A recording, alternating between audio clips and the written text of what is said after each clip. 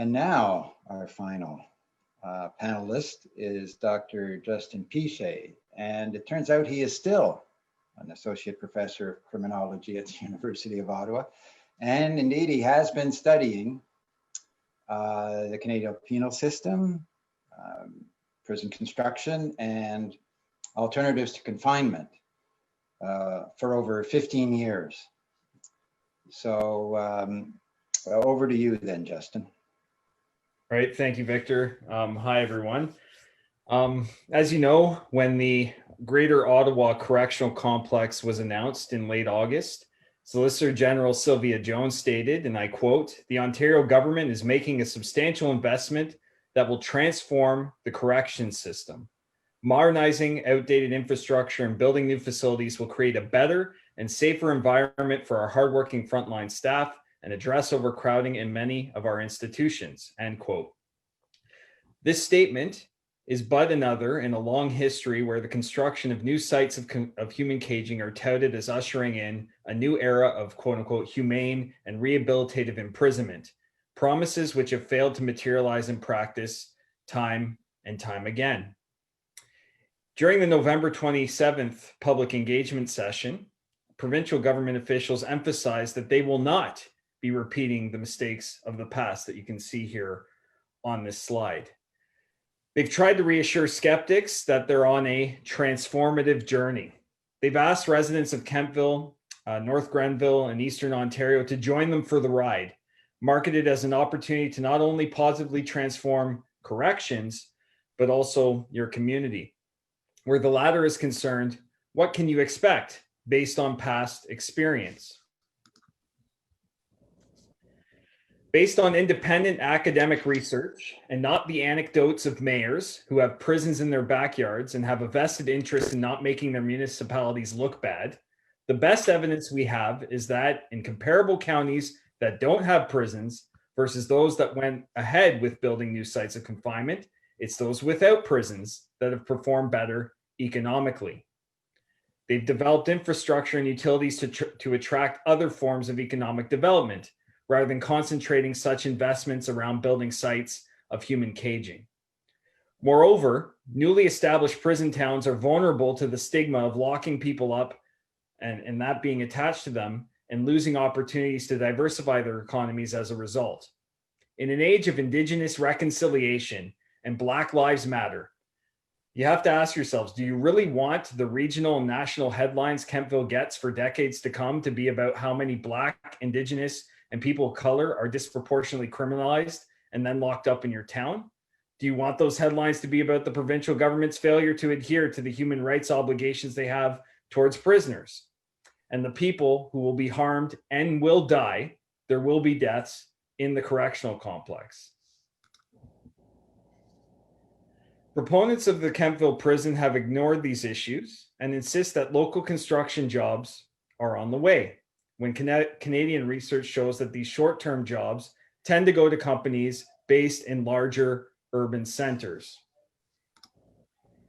Proponents of the project say that this project will provide secure, well-paying, long-term government jobs in the prison, while the ministry has already admitted that many of these jobs will go to existing Solgen staff based at the Ottawa Carleton Detention Centre who already live in the region, which certainly limits the amount of prison staff who will move to North Grenville, a pattern that's also evident in literature on prison siting. And this is a staff heat map they shared during the October 30th consultation that took place behind closed doors.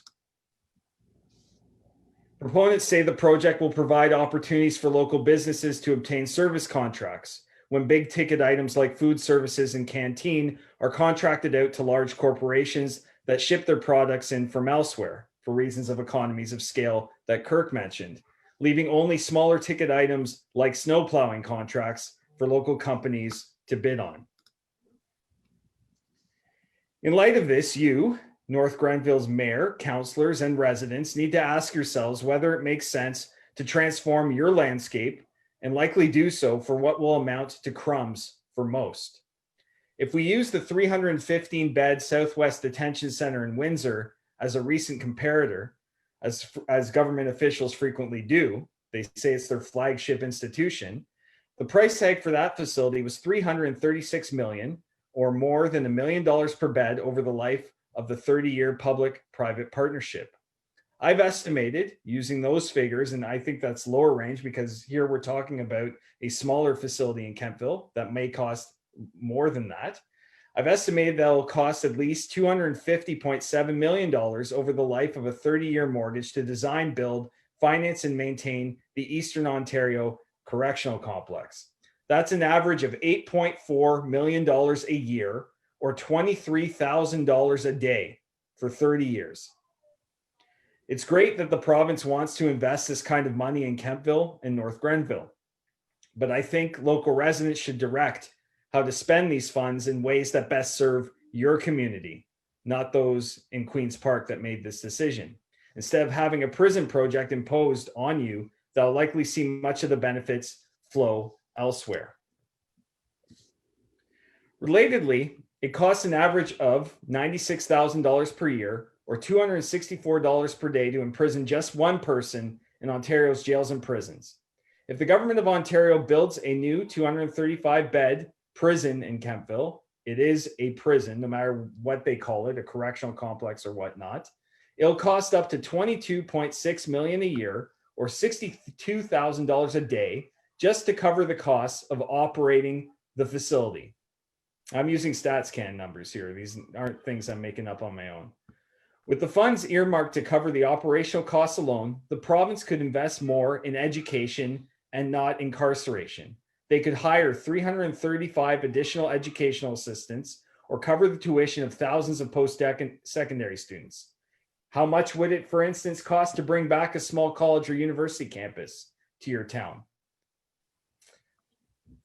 The province could invest more in the future of young people rather than locking them up through expanding access to childcare, mentoring, leadership training, or summer jobs. With this money, just to operate the Kemptville prison, the province could invest more in care and expand access to harm reduction and drug treatment, mental health and peer supports, or counseling. The province could invest more in homes, not cages, by providing permanent and supportive housing, rent supplements, or emergency housing, including to unhoused people that cycle in and out of homelessness and imprisonment. The province could invest in justice that transforms rather than harms people.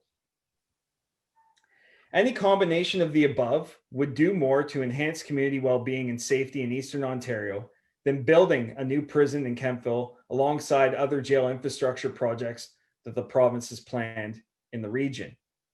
As an Ontario taxpayer that's been invited to take part in this Kemptville resident-led initiative, I urge you to tell Premier Ford and MPP Clark to say nope, no to Ontario prison expansion, and yes, yes to equity and social supports.